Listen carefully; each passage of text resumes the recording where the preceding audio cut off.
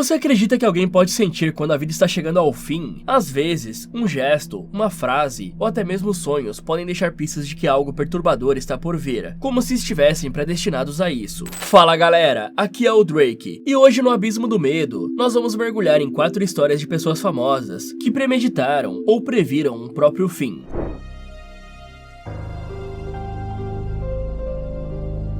O produtor Jeff Most descobriu o Corvo em uma loja de quadrinhos em Los Angeles, e assim que folheou as páginas, soube que precisava fazer um filme sobre a história. Então ele entrou em contato com o autor da obra, James O'Barr, que havia criado ela como uma forma de lidar com o luto após a perda da sua noiva, aos 18 anos, vítima de um motorista bêbado. Na época, James estava em conversas com outro produtor, que também demonstrava interesse na adaptação. Mesmo assim, Jeff foi direto, dizendo que havia amado a HQ e queria fazer a adaptação, e que teria que ser tão sombria quanto estava nas páginas. E talvez isso tenha feito ele conquistar os direitos para a produção. A partir daí, o produtor e seu parceiro criativo John Shirley começaram a escrever as primeiras ideias do roteiro, enquanto buscavam o apoio de algum estúdio. Só que a ideia não foi comprada tão fácil, fazendo ele bater em várias portas e sempre receber negativas, principalmente as que diziam que era sombrio demais e ninguém ia querer assistir. Isso porque, antes de se tornar um marco trágico na história do cinema, o Corvo já trazia consigo uma carga dramática em comum, que narra a trajetória de Eric Draven, um músico finalizado de uma forma brutal ao lado da sua noiva, mas que um ano após o crime, retorna do além, guiado por um corvo para se vingar. Então é um trauma repleto de dor, luto e escuridão, explorando a perda como um tipo de justiça poética, que está longe de ser um filme de herói como os da Marvel. Aqui o lado sombrio é muito mais explorado e pesado. A estética gótica do filme, com cenários encharcados pela chuva constante, becos sombrios e a aparência fantasmagórica do protagonista, contribui muito para uma atmosfera melancólica. No entanto, o que ninguém esperava era que a realidade se fundisse de maneira tão cruel com a ficção. Quando durante as gravações, o ator Brandon Lee perderia a vida em cena, e a coincidência entre o personagem que retorna do túmulo e o ator que jamais deixaria aquele set com vida, transformou o filme em algo maior do que a própria obra. E para o Brandon, aquele papel representava mais do que uma oportunidade profissional. Era a chance de se libertar das sombras do seu pai, Bruce Lee, que todos nós conhecemos como um artista marcial e ator lendário, cujo fim precoce aconteceu quando seu filho só tinha 8 anos. E desde seu começo no cinema, Brandon era submetido a filmes que seguiam a mesma trama marcial que seu pai estrelava, quase como se fosse um substituto direto para ele. E então o cara buscava se afirmar por seus próprios méritos e desejava ser reconhecido por sua autenticidade. Então Eric Draven foi o personagem que lhe permitiu expressar tudo isso, já que a história intensa e carregada de sofrimento oferecia o terreno ideal para o ator dar uma guinada na carreira. Desse jeito, ele entrou de cabeça no personagem, com colegas de filmagem notando o envolvimento emocional de Brandon com a história e seu comprometimento ia além da atuação, chegando a fazê-lo abrir mão de todo o seu treinamento marcial para focar em aprender violão, dizendo que o personagem não era um lutador, mas sim um músico. Mas por mais que a trama se tratasse de uma história pesada, o cara não deixava o clima ficar assim, brincando com os colegas e deixando o clima leve, mesmo que estivesse aprofundando cada vez mais no personagem. Poucos dias antes do acidente, Brandon concedeu sua última entrevista, e se tratando do tema trágico da obra, o tom da conversa era contemplativo, mas o que mais chamou a atenção de todos foi um tema que ele citou do filme The Sheltering Sky, de 1990, que é um drama que se passa após a Segunda Guerra, onde um casal com problemas no relacionamento viajava para o Saara junto de um amigo. E em meio a uma trama intensa sobre uma possível traição da protagonista, seu marido acaba contraindo uma doença e falecendo. E no final do filme, o próprio autor da obra, Paul Bowles, aparece narrando essas palavras que o Brandon repetiria anos depois. Porque não sabemos quando vamos perder a vida, pensamos na vida como um poço inesgotável. No entanto, tudo acontece apenas um certo número de vezes, e não são tantas assim. Quantas vezes mais você verá a lua cheia nascer? Talvez 20, e ainda assim parece ilimitado. Como mostram no vídeo da entrevista, ele falou isso com tranquilidade, como se fosse algum tipo de despedida premonitória ou não, mas que nesse momento pareciam apenas palavras bonitas decoradas, como uma forma de filosofia pessoal. Então as filmagens continuaram, e 12 dias depois da entrevista, o acidente aconteceu durante uma sequência de ação, que envolvia uma cena em que o personagem Eric Draven era baleado. A arma usada era real, mas adaptada para filmagens com cartuchos de festim. O projétil ficou preso no cano da arma após o uso de uma munição real com a pólvora removida, uma dummy round, mas cujo estopim acabou impulsionando o projétil para dentro do cano, e quando o cartucho de festim foi disparado na cena, ele ejetou esse projétil, causando um acidente fatal. Assim, quando o ator Michael Massey disparou, a munição foi ejetada e Brandon foi atingido no abdômen. Inicialmente, a equipe acreditou que fosse apenas enceração, mas quando ele não se levantou, todos perceberam que algo estava muito errado. Com isso, ele foi levado imediatamente ao hospital e passou por uma cirurgia de 6 horas, mas não resistiu. Brandon perdeu a vida em 31 de março de 1993, aos 28 18 anos, enquanto as investigações posteriores apontavam falhas graves nos protocolos de segurança, porque a equipe responsável pelas armas não havia seguido os procedimentos adequados. Não houve sabotagem comprovada, muito menos conspiração. O que ocorreu foi um triste erro humano. Só que se a entrevista já parecia premonitória, tem um fato ainda mais perturbador na tragédia, porque na manhã da filmagem, Sophia Shinas, que fazia par com Brandon no filme, disse ao produtor que o ator tinha rejeitado o conselho de usar colete à prova de balas, porque achava que seria visível na câmera, já que era uma cena onde ele estava sem camisa, e ele falou a seguinte frase: "Não, eu não estou tão preocupado. Se for minha hora de ir, então vai ser a minha hora de ir pra casa." E isso é definitivamente perturbador, quando se sabe o que aconteceu depois. E de certa forma, ele realmente foi pra casa, já que seu corpo foi enterrado ao lado do seu pai, que também faleceu jovem e de maneira inesperada.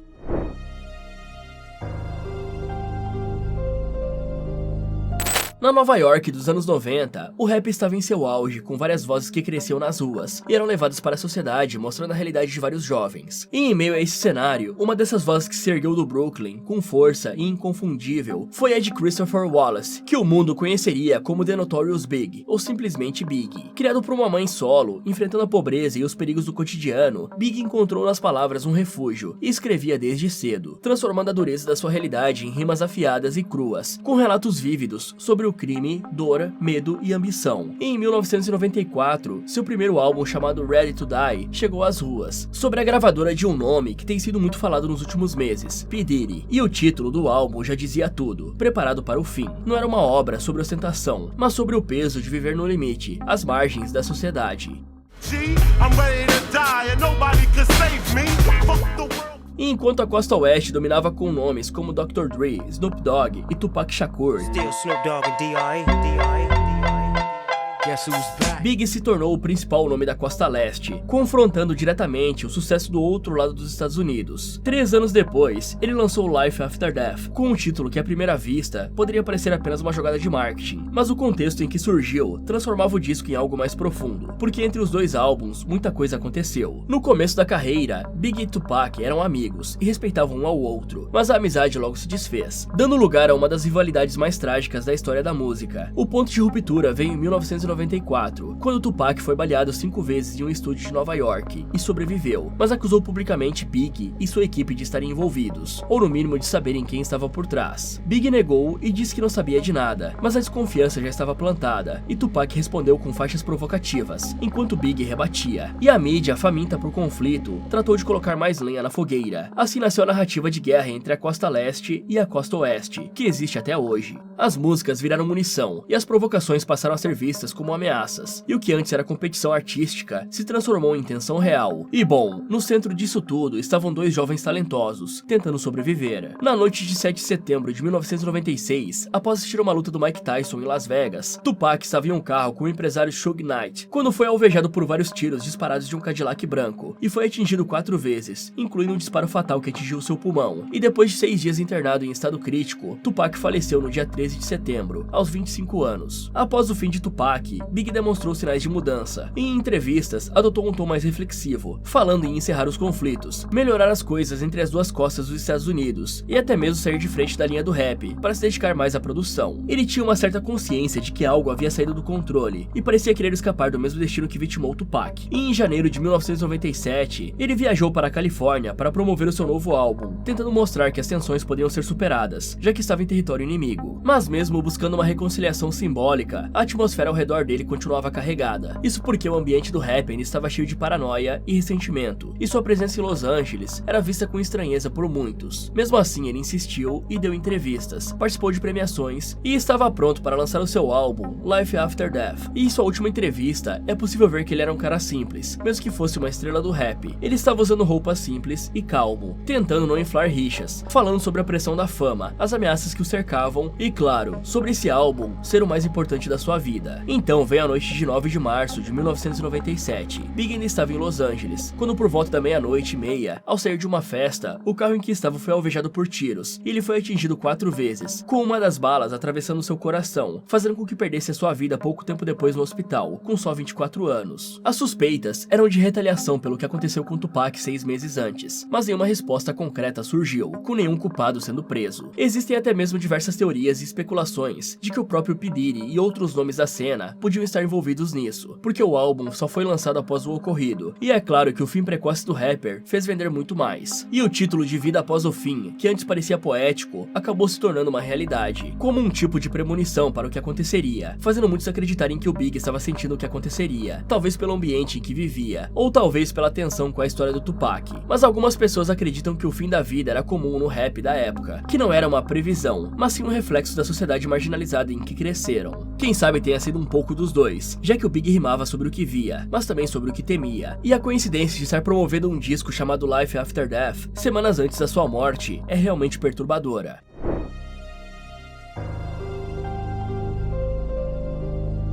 Era abril de 1865, e a Guerra Civil estava chegando ao fim, com os Estados Unidos finalmente passando por um pouco de paz, depois de 4 anos de derramamento de sangue, e Robert E. Lee, general dos Confederados, já não tinha forças, e a rendição era uma questão de dias, um desfecho que Abraham Lincoln buscava com todas as suas forças desde o início do conflito. Ele assumiu o poder em um momento de profunda divisão nacional, e embora seus primeiros passos tenham sido marcados por cautela política, foi sob a sua condução que o país tomou um rumo definitivo em direção à abolição da escravidão, com a proclamação da emancipação em 1863, onde declarou livres os escravizados nos Estados Confederados, marcando uma virada moral para todo o país. Então ele estava no auge da sua conquista, quando teve um sonho aterrorizante, onde numa noite qualquer, segundo relatos do amigo e guarda-costas Ward Hill Layman, Lincoln contou para alguns amigos sobre o sonho vívido que teve, onde ele disse ter caminhado pelos corredores da Casa Branca, sentindo o peso de uma atmosfera sombria, com flores, guardas e expressões abatidas, até chegar no centro de um salão onde estava um caixão.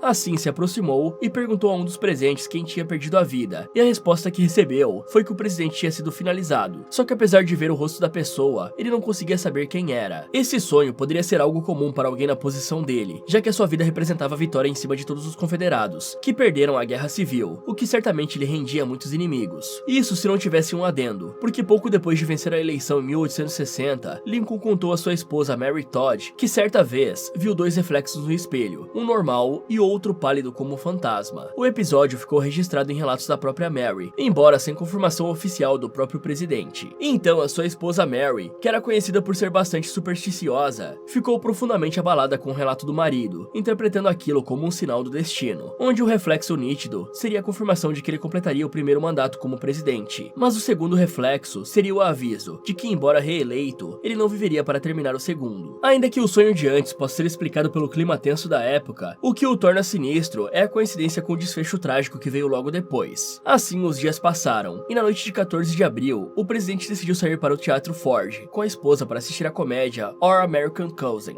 Quando durante a apresentação, um homem atravessou os bastidores, subiu sorrateiro até a área presidencial e se aproximou por trás. Era John Wilkes Booth, ator e simpatizante da causa confederada, que sem hesitar, atirou a queima-roupa, fazendo o disparo atingir atrás da orelha do presidente. E se você não acha estranho que ele teve um sonho sobre um presidente finalizado alguns dias antes, na mesma manhã do ocorrido, Lincoln contou aos membros do gabinete que sonhou em estar navegando pela água em grande velocidade, como se a vida estivesse chegando ao fim, algo que é muito comum em muitas culturas, como simbologia da travessia final, como por exemplo na mitologia do barqueiro do submundo. E de acordo com seu gabinete, Lincoln revelou que teve o mesmo sonho repetidamente em ocasiões diferentes, antes mesmo de qualquer grande evento da Guerra Civil. Mas como toda história tão antiga quanto essa, existem algumas dúvidas, se ele realmente teve esses sonhos, ou se seria só uma camada de mitologia sobre um homem já transformado em um grande símbolo, porque o relato mais conhecido vem de Ward Hill Lamon, que era o guarda-costas e amigo do presidente, e ele escreveu sobre essa história anos depois, então não existe nenhum registro oficial do próprio Lincoln falando sobre isso. Assim, alguns historiadores acreditam que pode ter sido invenção, só que a ideia ainda persiste, já que o Lincoln era um homem introspectivo, espiritualizado e aberto ao significado dos sonhos, além de que sonhar com o próprio fim era algo inerente a alguém no cargo em que ele estava, e talvez aquele sonho fosse apenas um reflexo do medo que o acompanhava. Outras pessoas ainda vão além, e acreditam que na verdade, aquele sonho em que ele caminhou pelos corredores da Casa Branca e encontrou um caixão, quem estava deitado nele, poderia ser algum presidente que viria a surgir muitos anos depois, e que teve o mesmo fim trágico, como por exemplo, John F. Kennedy, que também foi finalizado por um disparo que atingiu a sua cabeça, em 1963. Mas essa leitura permanece no campo da especulação, e é mais uma coincidência histórica curiosa, do que uma premonição comprovada.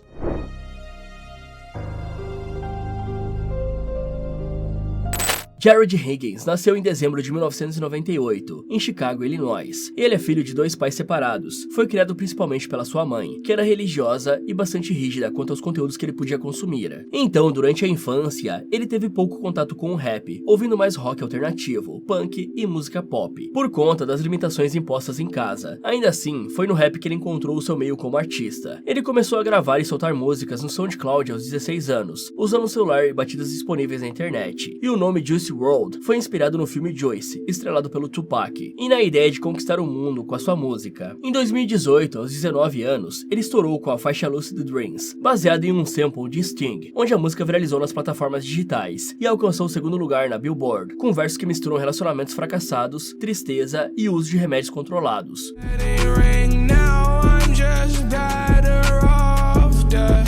E o Juice rapidamente se tornou um símbolo do subgênero do trap, marcado por letras introspectivas e temas como a depressão, ansiedade e dependência química. No mesmo ano, ele lançou seu primeiro álbum, Goodbye e Good Riddance, que solidificou o seu nome como uma das vozes mais ouvidas da nova geração. E então, o sucesso veio rápido para ele, acompanhado de contratos milionários, turnês e uma base de fãs dedicadas. Já em 2019, ele lançou o álbum Death Race for Love, que estreou no topo das paradas. E além disso, o rapper se destacou pela capacidade de improvisar músicas inteiras em estúdio, o que muitos produtores consideravam impressionante. Mas a carreira sempre caminhou ao lado dos problemas pessoais, onde ele falava abertamente sobre o seu uso constante de entorpecentes, especialmente opioides e sedativos, e mencionava com frequência sintomas de depressão e ansiedade. Em entrevistas, ele tratava o vício com naturalidade, mesmo quando admitia que sua saúde estava em risco, além de usar os próprios versos para descrever episódios de overdose, alucinação e paranoia. Então, era um ciclo de autodestruição que ganhou mais evidência em dezembro de 2019, quando ao desembarcar no aeroporto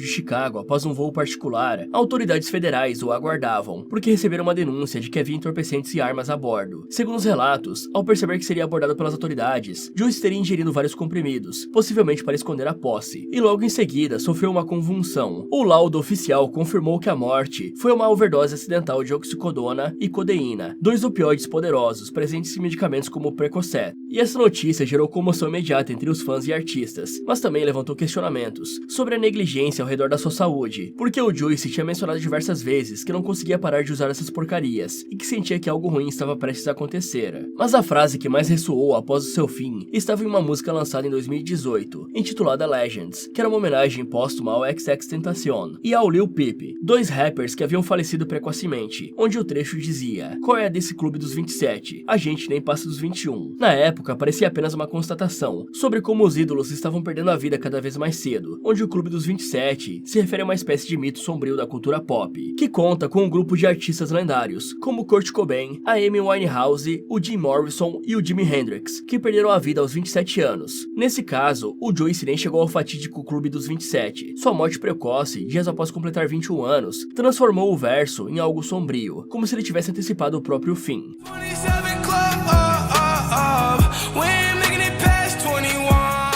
Esse trecho, escrito em 2018 como uma homenagem ao XXXTentacion e o Lil Peep, começou a soar como uma espécie de pressentimento involuntário. Só que desde cedo, o cantor falava sobre não viver muito, sobre acordar e sentir que tudo poderia acabar naquele dia, como se estivesse se despedindo aos poucos em cada música. Ainda assim, não houve uma intervenção eficaz por parte da sua equipe, gravadora ou da própria indústria, que lucrava com a imagem do jovem. Mesmo após ele ter deixado claro, em entrevistas e músicas, que não conseguiria parar de usar e sentia que algo ruim estava prestes a acontecer. E depois do seu fim precoce, a sua família anunciou a criação da fundação Live Free 999, focada em saúde mental e no combate do abuso de substâncias entre jovens. E em 2020, o documentário Juice WRLD Into the Abyss foi lançado pelo HBO, expondo bastidores de turnês, sessões de gravação e cenas que mostram o perturbador problema do vício na vida do jovem, enquanto a sua carreira seguia cada vez mais em alta. Mas o caso de Juice WRLD expõe algo maior, que é o reflexo de uma geração que cresce fragilizada emocionalmente, pressionada por expectativas irreais, viciada em performance e instantaneidade, como no vídeo das lives, em que eu contei sobre o Malakai Hanfield de 13 anos, e como ele se finalizou tragicamente por querer exibir uma arma na internet. E embora envolva várias camadas, como o acesso irresponsável a armas e a vulnerabilidade emocional, ele também foi influenciado por uma cultura onde jovens, assim como seus ídolos, estão completamente perdidos. E quando o sucesso vem rápido demais, o peso da fama pode ser grande demais para alguém tão jovem, sem estrutura para lidar com os extremos da indústria. Junto a isso, tem um acesso quase ilimitado a entorpecentes, muitas vezes vistos não como um vício, mas como um escape, como ferramenta de criação e até mesmo como parte do estilo de vida. Fala galera, você acredita que é possível sentir quando a própria hora está chegando? Ou será que tudo isso é só uma coincidência? E o que você faria se tivesse uma perturbadora premonição do seu fim? Me contem nos comentários. Muito obrigado por assistir e até o próximo.